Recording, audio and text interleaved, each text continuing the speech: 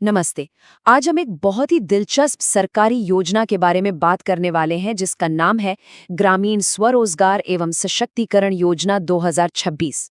ये योजना क्या है, इसका मकसद क्या है और इससे किसको फायदा हो सकता है? आइए इस पर गहराई से एक नजर डालते हैं। तो देखिए, जो सबसे बड़ी बात सामने आ रही है वो ये है कि क्या ग्रामीण महिलाओं के लिए 45,000 नौकरियों की कोई योजना सच में आ रही है। चलिए इस दावे को समझते हैं।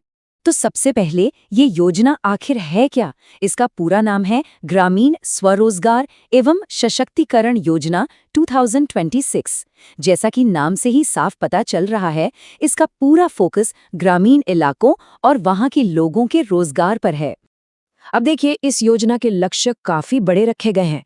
इसका मकसद सिर्फ नौकरियां देना नहीं बल्कि पंचायत लेवल पर सरकारी नौकरियां देना है। और ये नौकरियां खास तौर पर ग्रामीण महिलाओं के लिए होंगी। मतलब सीधा फोकस आर्थिक तौर पर उन्हें आत्मनिर्भर बनाने और एक पक्की आमदनी का जरिया देने पर है। और हाँ, इस योजना की एक जो सबसे खास बात है वो ये है कि नौकरी के लिए कहीं दूर नहीं जाना पड़ेगा। बताया जा रहा है कि सारे पद आवेदक की अपनी ही ग्राम पंचायत में होंगे। ये एक बहुत बड़ी राहत की बात हो सकती है, खासकर महिलाओं के लिए। चलिए अब जरा नंबर्स पर गौर करते हैं कि ये मौका असल में कितना बड़ा है। 45,000, जी हाँ, कुल 45,000 पदों की बात हो रही है। ये कोई छोटा मोटा आंकड़ा नहीं है। इससे अंदाजा लगता है कि इस योजना को कितने बड़े पैमाने पर लाने का इरादा है।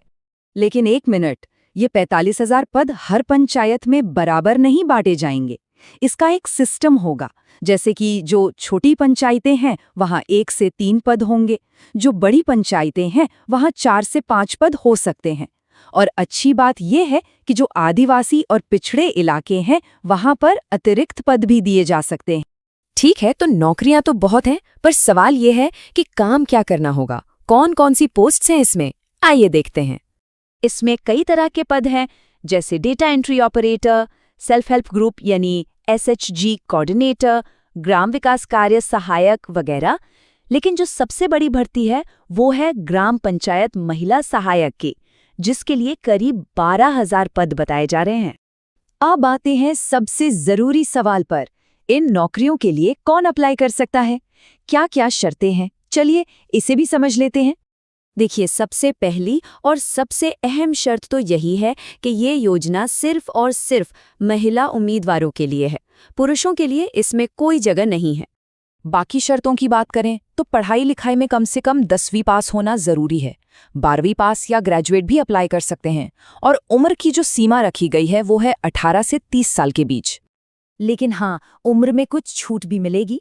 जो OBC कैटेगरी की महिलाएं हैं उन्हें 3 साल की छूट मिलेगी और जो विशेष पिछड़े वर्ग से हैं उन्हें 5 साल तक की छूट दी जाएगी।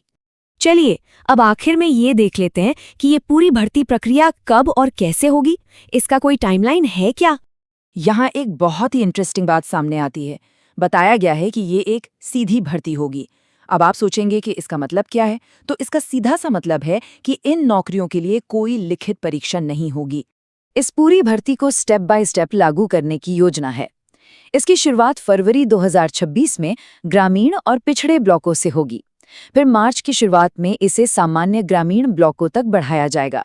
मार्च के अंत तक ये जिला मुख्यालय से जुड़े ब्लॉकों तक पहुंचेगी और फिर अप्रैल 2026 में शहरों के पास वाली बड़ी पंचायतों और बाकी बचे इलाकों में इसे पूरा किया जाए। तो कुल मिलाकर टारगेट ये है कि अप्रैल 2026 के खत्म होते होते इस पूरी भर्ती प्रक्रिया को पूरा कर लिया जाए। तो ये थी ग्रामीण स्वरोजगार योजना 2026 की पूरी जानकारी।